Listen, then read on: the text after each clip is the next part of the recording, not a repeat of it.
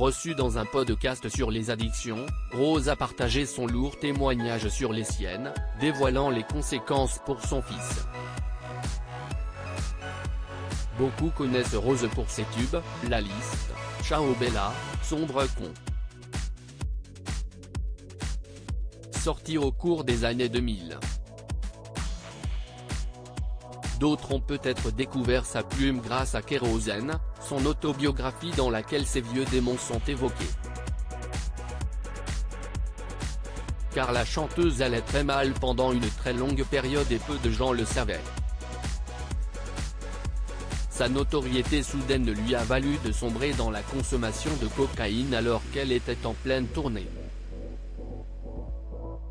Une addiction qui durera 15 ans, comme l'a révélé l'artiste dans le podcast du même nom animé par Laurent Carilla.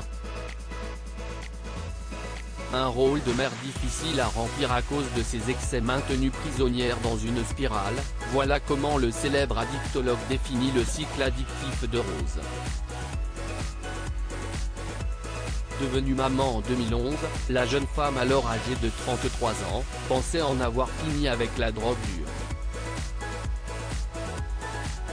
À chaque fois que je récupère mon fils, j'essaye d'être clean, mais je vais très mal.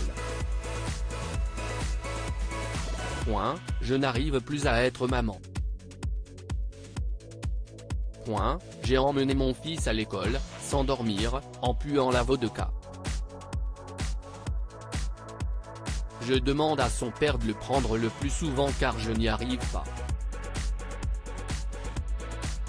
Je commence à rentrer dans une sorte de dépression où je n'arrive même plus à faire cuire des pâtes pour mon fils, se ressasse la quadragénaire qui s'est souvenue du moment précis qui lui a permis d'avoir un déclic.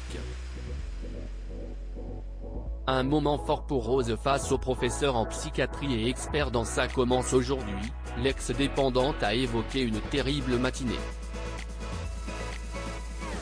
Celle où son fils la retrouve endormie sur le canapé et lui demande de l'emmener à l'école.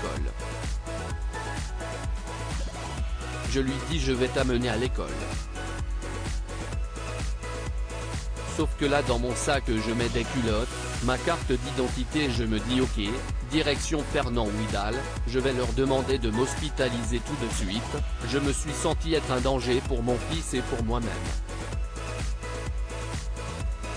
C'était soit je trouve un moyen de mourir, soit je faisais quelque chose quoi, déclare l'interprète de 44 ans. Cette journée déterminante, elle s'en rappelle très bien, c'était le 11 octobre 2016.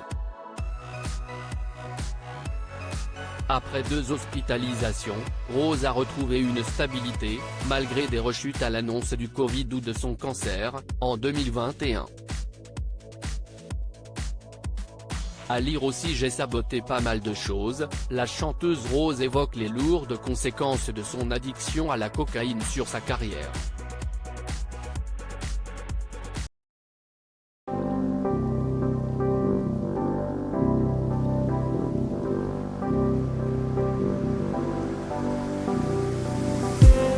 I just need some